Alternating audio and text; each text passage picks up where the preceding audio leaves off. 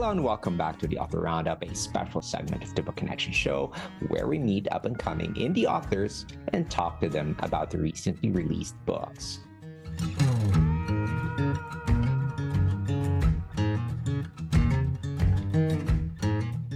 Welcome back again. This is Ray Walters. Imagine a question so simple it could fit on a breakfast napkin, but big enough to spark a whole day of wonder. Can you touch a butterfly? This children's nonfiction picture book, based on a true story, invites us into a true father and daughter memory. One summer Saturday at a local pool where an ordinary swim slowly turns into an extraordinary lesson in patience, stillness, and noticing the magic tucked inside everyday life. A little girl named Erica watches a butterfly drift in and out of their day, and what starts as playful curiosity becomes a moment she'll never forget. Because sometimes the most surprising things happen when you slow down, get quiet, and pay attention. Today, we're sitting down with the storyteller behind the book, Can You Touch a Butterfly? Michael L. Krills. Mike, welcome to the Author Roundup. Thank you so much, Ray, and welcome everyone to this incredible story. Mike, congratulations in getting this book published. When did this come out? It actually came out last August. It's actually took a year and a half to actually, from the beginning inception to final publishing. Took a year just to do the illustrations and about 6 months to do the publishing part of it. So it's been going on for quite a while. It's been a labor of love, and I'm so happy that I can now share it with everyone. It's a beautifully done book. Well, before I'm gonna go ahead and ask you the first question, which I am dying to ask you, let's pause for a bit and show our viewers a video of your book. Now, for our podcast listeners, you may access and watch the video yourself on the description box of our of this podcast. All right. So here's the video. Hi, I'm Erica, and I'm 5 years old. One magical summer day, Dad and I went to our local pool for some fun splashing and swimming. During breakfast, I asked Dad a big question. Can you touch a butterfly? He smiled and said, yes, but you have to be very still and quiet, and the butterfly must be really special. You can do anything if you just try. You have to believe.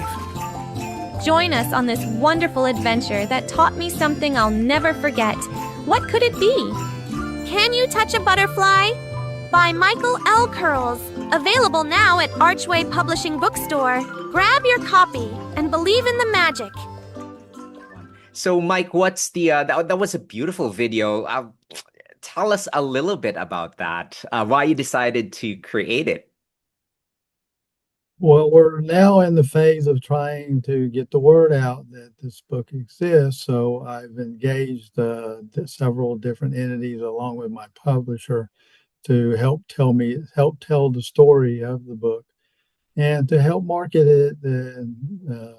Which is, today there's a lot of choices in children's books, but this one I think has a unique story that needs to be told.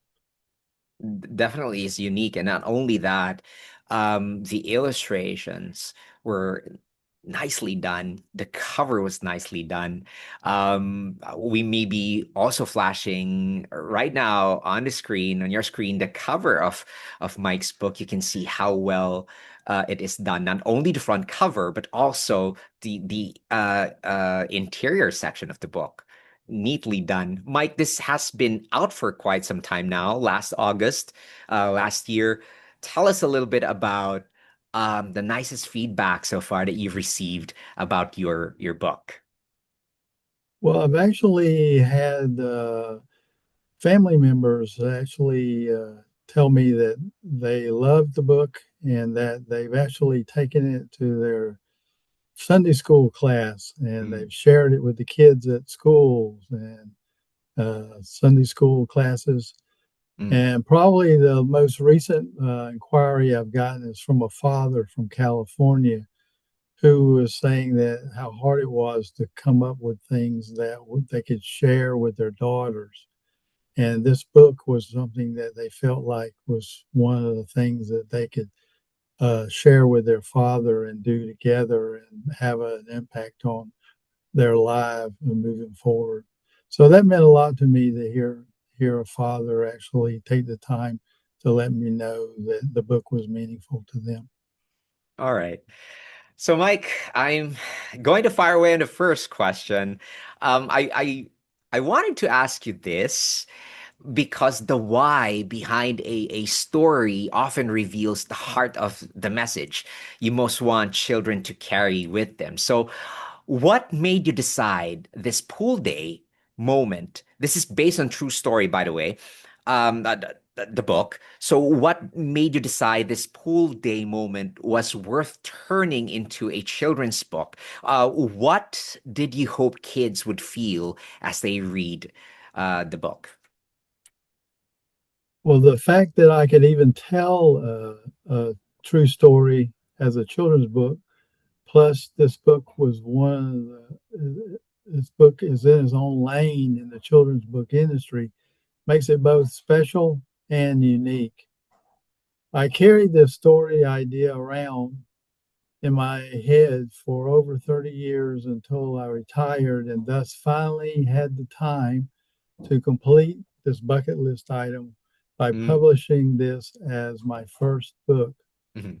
The fact that I could tell a true story that also teaches a valuable lesson that says a lot about the quality of the story of this children's book. Um, why did you choose to tell the story in Erica's first person voice instead of sort well, some of the books that we've encountered, children's books that we've encountered, it's sometimes told through an adult narrator. Now it's Erica's first person voice. Can you tell us about it? That's a very good question. I thought that it would touch a child far more if it was narrated by my daughter rather than from an adult, since she was actually there to Mhm. experience what happened that magical day. Okay. Now, in your book early on, Erica names her favorite things. She likes swimming, books, and her animals. So, how did those details help you introduce her personality quickly into the story?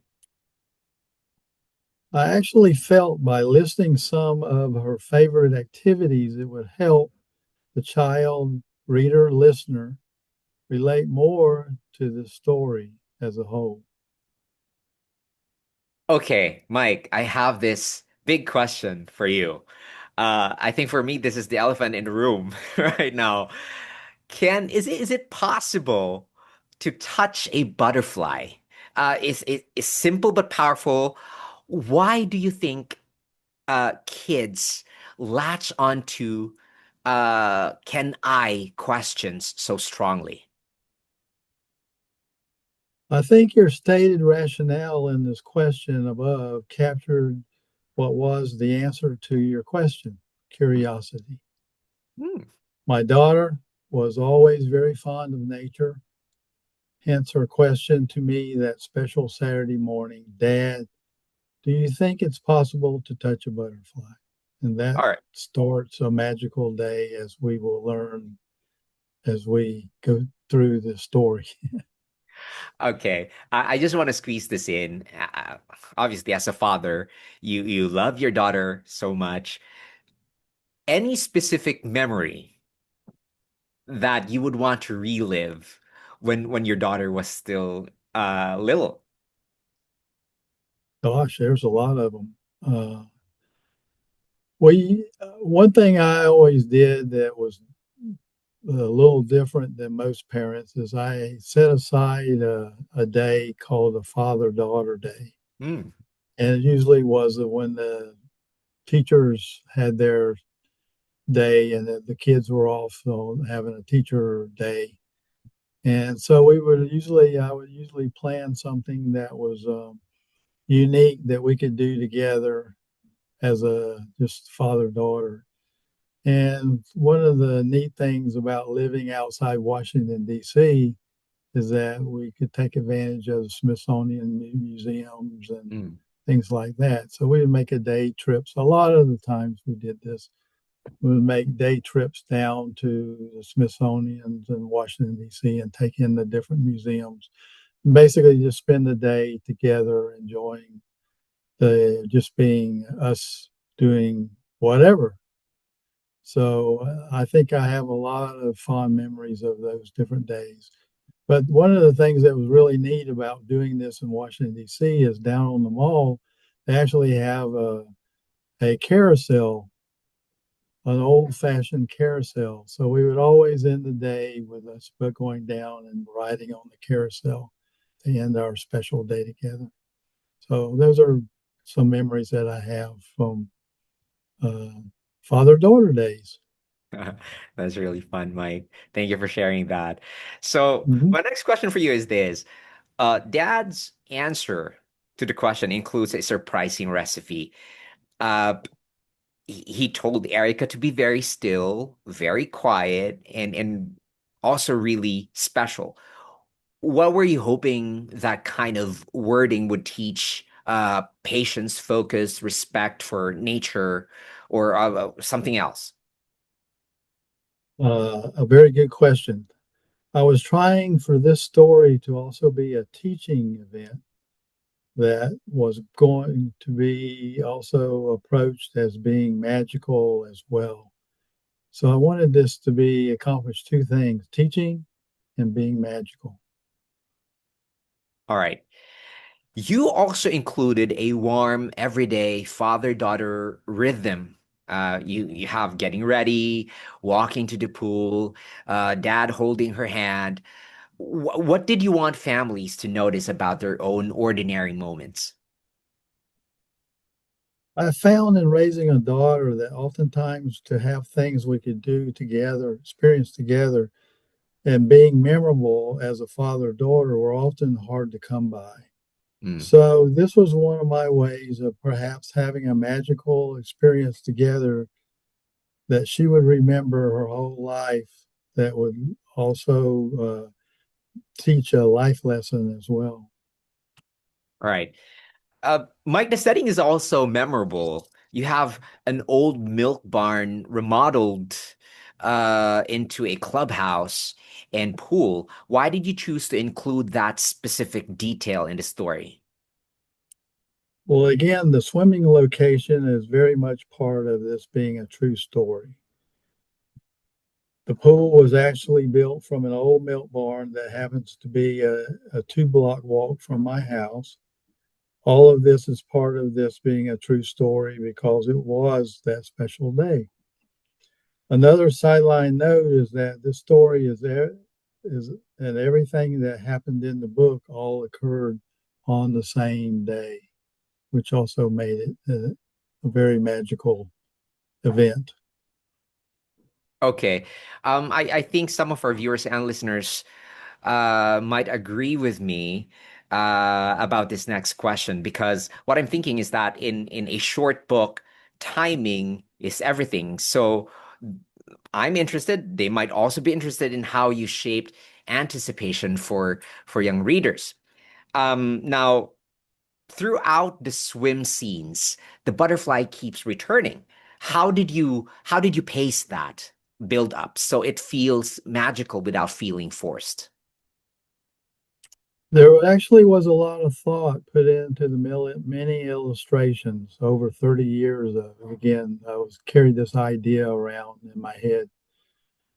I built a rough draft storyboard of what my vision was for this entire book. But the key to all of this was being able to find and convince the right professional illustrator to work with me on this project. So these illustrations are all done by a very talented professional illustrator from Canada, and they're not AI generated at all. It took him a year to finalize all the illustrations, as they had to be redrawn 4 different times, a very labor intensive process to complete, but was entirely worth it. As a result, you will see a children's book with illustrations that are more 3D realistic looking than you find in your typical majority of children's books today. And I'm so grateful for his help in that, as I loved his unique drawing style, as I spent many weeks researching for the right talent to carry out my vision. Mike, when the butterfly finally lands on Dad's forearm, the story uh, took it slowed down. What do you think children learn when a story invites them to slow down too? Well, I interpret your slow down comment to realizing that my daughter hanging on my shoulder in the pool was also seeing this as a magical moment starting to happen as well, of what was now sitting on my forearm. So I tried to take advantage of the situation and make it a teaching event as well. The reason why I want to ask you that question, it's because that's the moment that I think most readers or all of your readers, potential readers, are going to wait for. Like when you read the title, it's like, would she be able to touch the butterfly? How is that going to happen? So that's the slowdown. I think the right way of saying it is it's it's zoomed in on that moment. Like the story slowed down and there's a zoom in on that moment when finally the butterfly landed on the father's forearm. It was actually the way it turned out that day. Yeah, it's based on true It was story, a, so it's nice. yeah, yes. All right, Mike. So, Um, Erica notices color from the butterfly wing on Dad's finger afterward. Now, we all know this. We've touched a butterfly when we were kids. What did you want that detail to symbolize for a child? Is it proof, memory, or something deeper?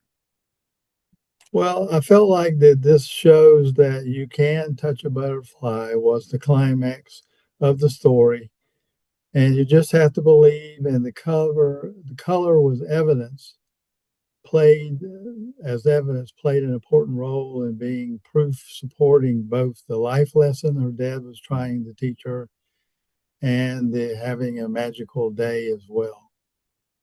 All right. Now, the story ends by circling back to Dad's repeated message. You can do anything if you try. You just have to believe. How do you hope parents talk about that line with their kids so it feels encouraging, not pressuring? By reminding Erica of what had occurred that special day gave me a chance to teach a life lesson. I've always told her this identical quote her entire childhood. So this is something she got reinforced with in her childhood, and hopefully she's taking it into her adulthood now as a learning lesson that she can do anything if she just tries. Mike, we're down to the last question to close this interview. But before I do so, please let us know where we can actually grab a copy of your book. Well, I would suggest you go to Archway Publishing's bookstore. So you put those 3 things into Google and you'll pop up, and then you'll find the next thing you do is search for Can You Touch a Butterfly? And you'll see the listing there. And you have 3 different options. You can get it in hardcover, softcover, and we even have an ebook version that you can also enjoy as well. All right. We'll also make sure that we'll make those links available for you guys to check out. Just please look into the description box. And before I'm going to ask the last question for this interview, Mike, let's go ahead and show them another video of your book. Our bedtime routine just got a whole lot sweeter with this. This is the positively enchanting children's book called Can You Touch a Butterfly? Sparked by a true story that shares the curiosity of childhood and the miraculous bond between parent and child. My son and I love the unique artwork in all 28 pages, illustrated by true artists. These are not some AI images. We love discovering the cute little Easter eggs on each page, and it's simply beautiful to look at. As a teacher myself, I love that the book provides so many chances to teach about colors and show real-life examples of nature's beauty. Order this book today because every child deserves a magical bedtime adventure. To buy now, follow the link for Archway Publishing Bookstore found in below description. All right, Mike, to close this interview, I have a respectful challenge. When kids hear you can do anything, life eventually proves there are limits. Skills take time, outcomes aren't guaranteed, and nature can't be controlled. If you could add one guiding sentence for parents reading your book aloud, what would you add to keep the message both hopeful and grounded? I believe I have, as a father, experienced many magical moments over the years. So to relay my occasional pearls of wisdom of life gives a parent another avenue to connect with the child. Mike, such a pleasure having you on the show today. Thank you so much for your time and for sharing the behind the scenes story of your book. Well, thank you, Ray. You've been wonderful to talk with about this creation that I have. And best of luck to you in the future. I'm hoping, Mike, that we'll be given a second yeah, time to talk about maybe have another book that you're planning to write. But I'm really looking forward to that. I'm hoping for the best for you, for the best for your book. Yes, I am. I'm actually working on a second book, the bucket list item. And this one's going to be much different. This one's based on the Civil War, and it's actually based on two of my ancestors that were brothers that somehow survived all 5 years of the war, which was unheard of. And one of them ended up in a prisoner of war camp and survived that as well. So I really was curious. I've been curious as to how they managed to do this. So that's what I'm researching. And it entails going to over 24 different battlefields and working with the historians to figure out what actually happened with the 51st Georgia Infantry during the Civil War. So this has been another idea that I've had that I'm also pursuing. And it'll probably take another year and a half before it's done. But this is looking forward to making this another reality as well. Wishing you all the best, Mike. Can't wait to talk with you uh, once that book is out. Thank you so much. I also would want to give a big shout out to our awesome viewers and listeners for joining us for this interview. Stay tuned for more inspiring conversations on the Author Roundup. I'm Ray Walters. Join me next time as we explore the world of supported self publishing, one indie author at a time.